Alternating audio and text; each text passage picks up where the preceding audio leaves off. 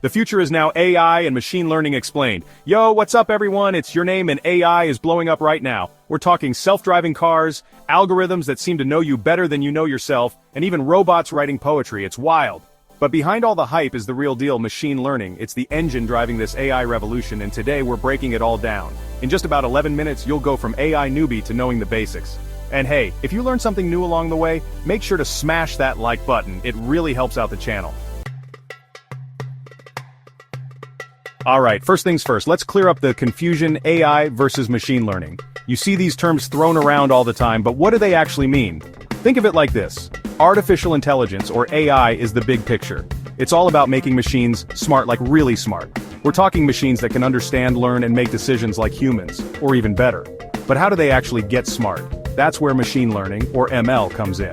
ML is the process, the actual learning part of AI. It's how machines take in information and use it to improve themselves over time. It's like teaching a computer to ride a bike. You don't program every single pedal stroke. Instead, you let it figure things out through trial and error, using data to improve its balance and coordination. So, AI is the broad concept of intelligent machines, and ML is the engine that powers it. To put it simply, AI is the goal, and ML is the way to get there. Now, within ML, there's also deep learning, which is like ML on steroids. It's inspired by the human brain and uses artificial neural networks to process information in a more complex way. Think facial recognition, natural language processing. That's deep learning in action. Here's a quick breakdown to make it crystal clear. AI is like a smartphone. It's the overall device with all its capabilities. ML is the operating system, like iOS or Android, that makes everything run smoothly.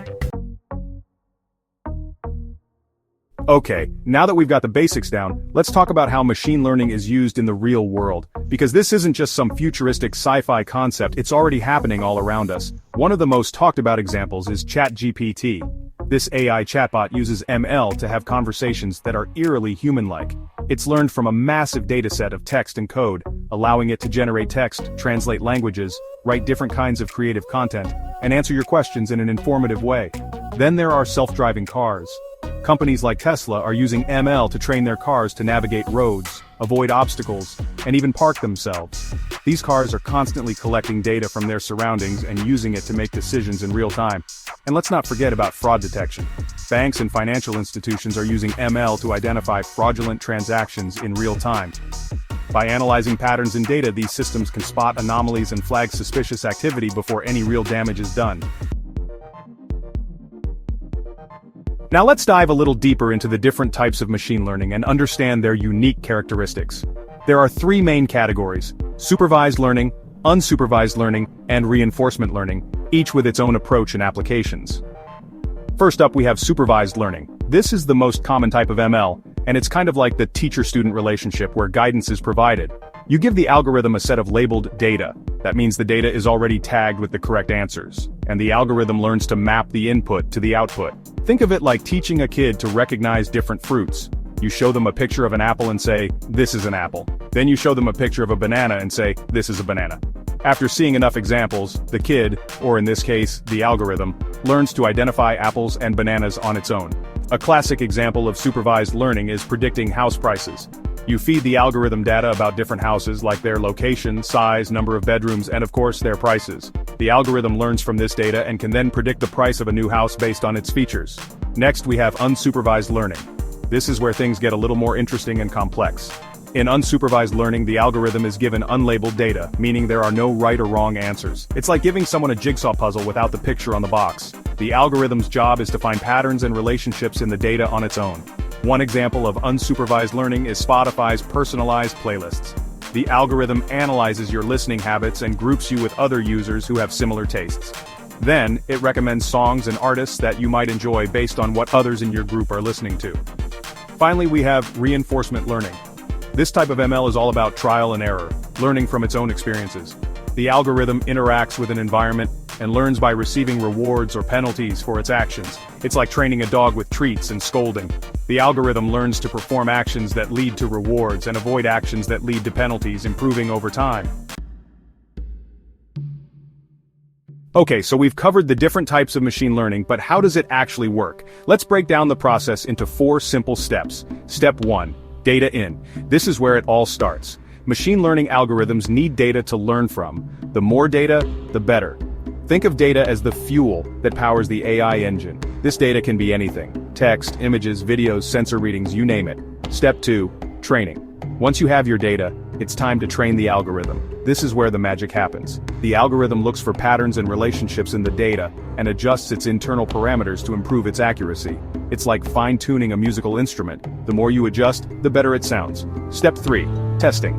After the algorithm is trained, it's time to put it to the test. You feed it new, unseen data and see how well it performs. This helps you evaluate the algorithm's accuracy and make sure it's ready for the real world. It's like taking a test after studying. You want to see how much you've learned. Step 4. Deployment. If the algorithm passes the test, it's time to deploy it into the wild. This means integrating it into a real-world application like a website, a mobile app, or a physical device. It's like releasing a new product into the market. You want to see how well it performs in the hands of real users. Just like our brains learn and adapt based on experiences, neural networks adjust their connections based on the data they receive and process. So, you're probably thinking, this is all cool, but how can I get started with AI and machine learning?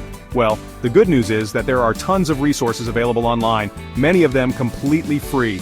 Here's a simple 5-step roadmap to get you started. Step 1. Learn Python. Python is the most popular programming language for AI and machine learning. It's relatively easy to learn, and there are tons of free resources available online, like FreeCodeCamp.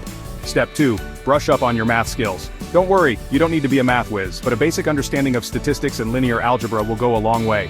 Khan Academy is a great resource for brushing up on these concepts. Step 3. Take free online courses. There are countless free online courses that can teach you the fundamentals of AI and machine learning. Google's Machine Learning Crash Course is a great place to start. Step 4. Work on real-world projects. The best way to learn is by doing. Kaggle is a platform where you can find real-world data sets and participate in machine learning competitions. It's a great way to get your hands dirty and apply what you've learned. Step 5. Join online communities. And that's a wrap. You just learned the basics of AI and machine learning in about 9 minutes. You now know the difference between AI and ML, how ML is used in the real world, the different types of ML, the 4 steps of how it works, and even how to get started yourself. Now, to help this video reach more people and keep the AI conversation going, make sure to give it a thumbs up. It really does help the YouTube algorithm know that this is valuable content. And of course, if you haven't already, hit that subscribe button and the notification bell so you don't miss any future tech breakdowns. Finally, let me know in the comments what AI topic you want me to cover next. Until then, keep learning, keep exploring, and I'll catch you in the next one.